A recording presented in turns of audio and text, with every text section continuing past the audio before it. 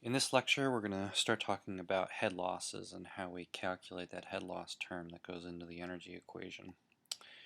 We're going to use the Darcy-Weisbach equation, which I introduced with laminar flow conditions. It's also valid for turbulent flow.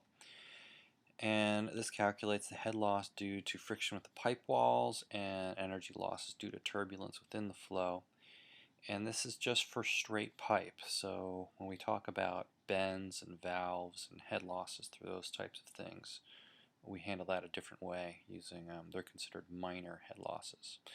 So this energy loss through straight pieces of pipe, this is considered major head losses.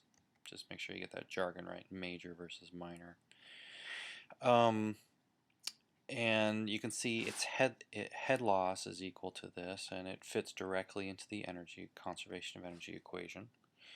We know everything in this equation: velocity, diameter, length, gravity, except for F. F is a friction factor, and it's a dimensionless number, and this is the trick to solving this, is getting a value for F. You can do it two different ways, either using the Moody diagram or a formula.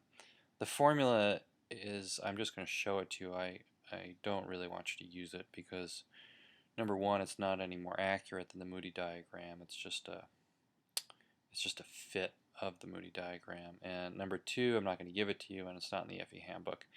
And the Moody diagram is in the FE handbook, and it's something you really should learn how to use. So the Moody diagram has F as a function of two variables, as a function of the Reynolds number and the relative roughness, which is epsilon over d.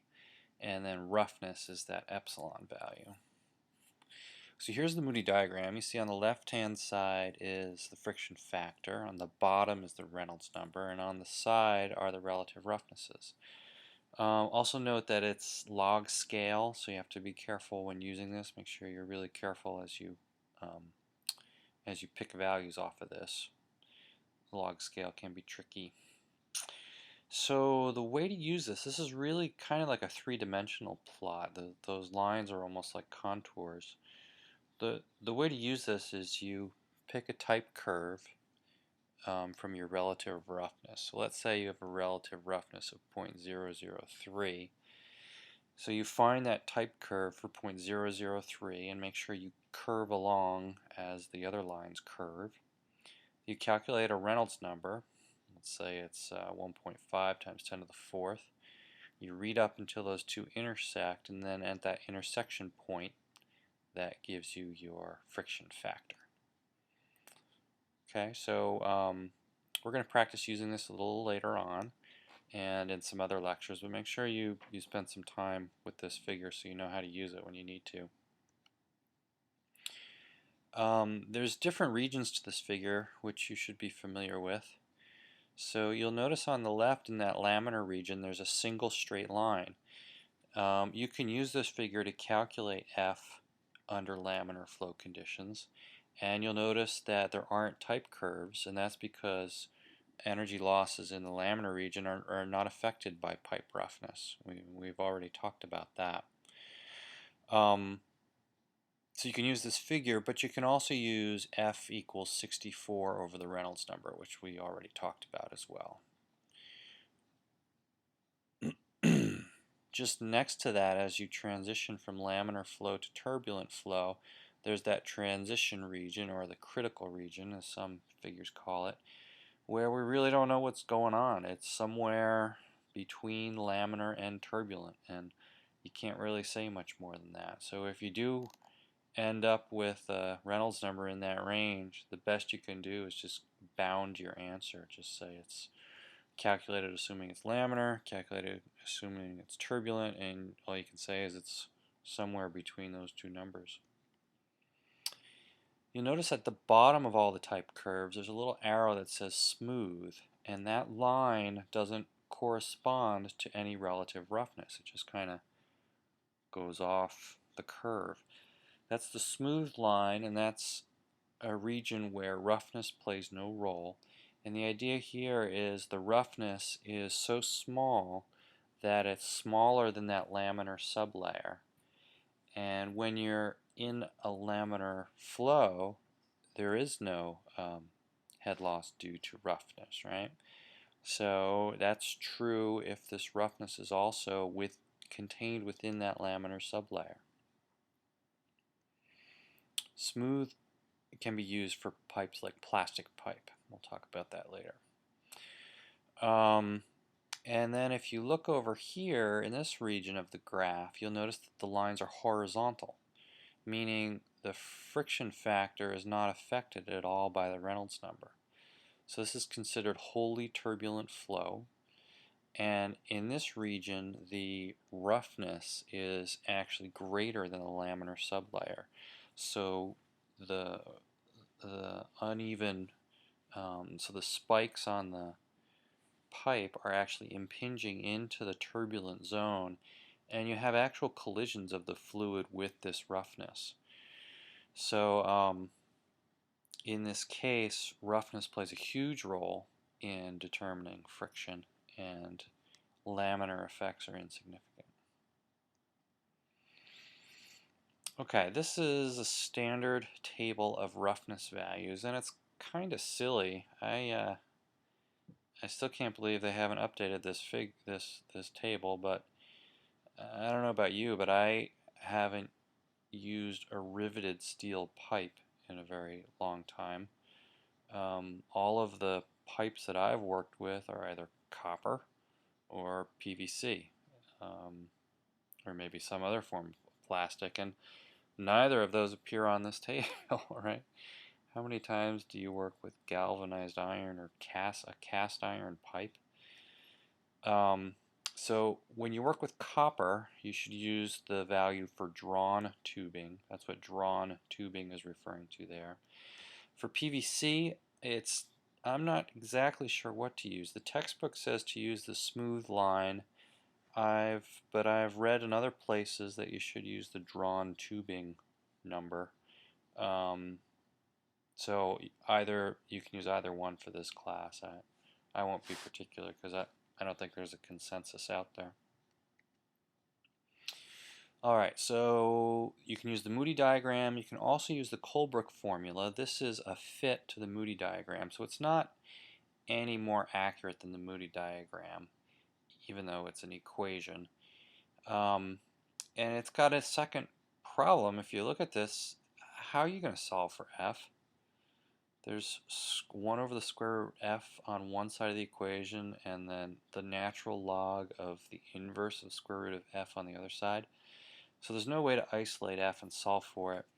And even if you use an algorithm with like a solving calculator, it's a really ill-conditioned equation, and it usually crashes when you try to solve it. But if you restrict the range just a little bit, and this is still a pretty broad range, this will work for almost any case you'll encounter, this can be simplified to this equation, which is easy to solve. So that's a pretty useful equation at the bottom there. I just want you to know it's out there. I really don't want you to use it in this class because you should learn how to use the Moody diagram. It's an important component to this class. And the Moody diagram's in your FE handbook, and the Colebrook equation is not. And when you get to the final exam, you'll need to be able to use Moody. Okay, let's do an example. We have flow down a pipe, just a straight length of pipe, and it's water it enters the pipe at a velocity of 1.7 meters per second. It's a certain diameter and length, and let's say it's cast iron for whatever reason. Now, I have a first sort of a basic question for you. If we're considering energy losses, how is the energy loss manifested in that pipe? So water's flowing down this pipe. As it travels over those 300 meters, and energy is being lost due to friction, what changes with that flow? The common answer I get for this from students is that you'll have a lower flow rate, or the velocity is decreasing. But we already know that that is impossible, right?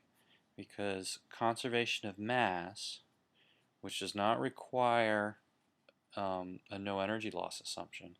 Conservation of mass says that, if we've got the same cross-sectional area, we've got to have the same velocity throughout that pipe. All the flow that enters that pipe has to come out again. We can't create or destroy mass. So even though energy is being lost, the velocity is going to stay exactly the same and the flow rate is going to stay exactly the same from the beginning to the end of the pipe. What does change is the pressure. So as energy is lost as flow moves down that pipe, the pressure of that flow is going to decrease.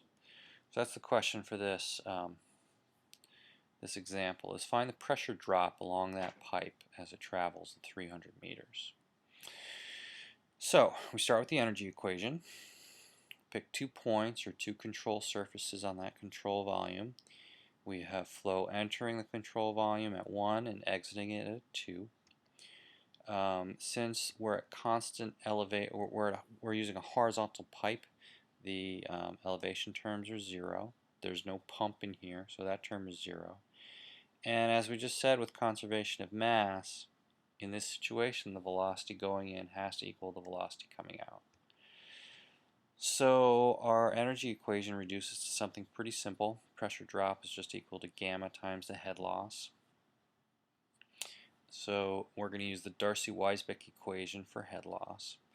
Now the only thing that we still need to figure out is the friction factor. To do that we need to use the Moody diagram.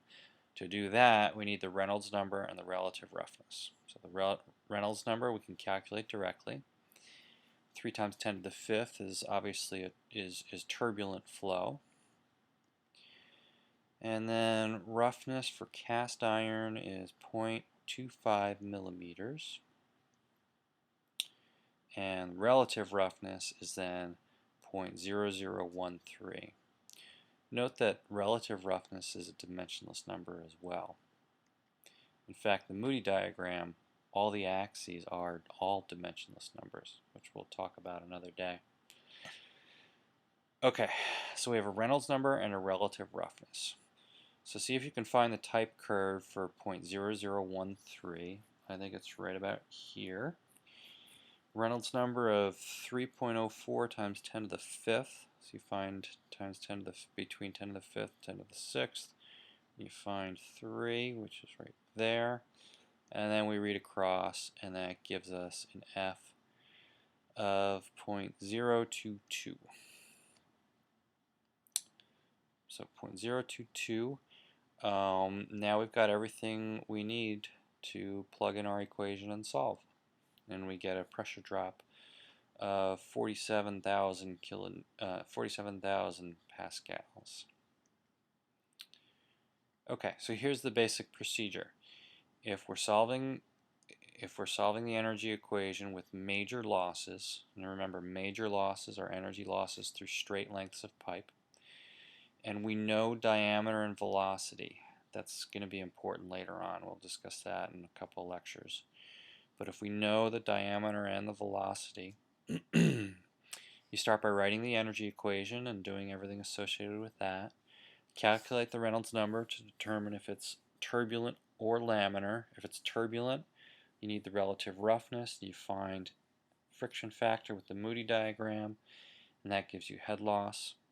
If it's laminar, remember you can then jump and use the Poiseuille equation right away. Or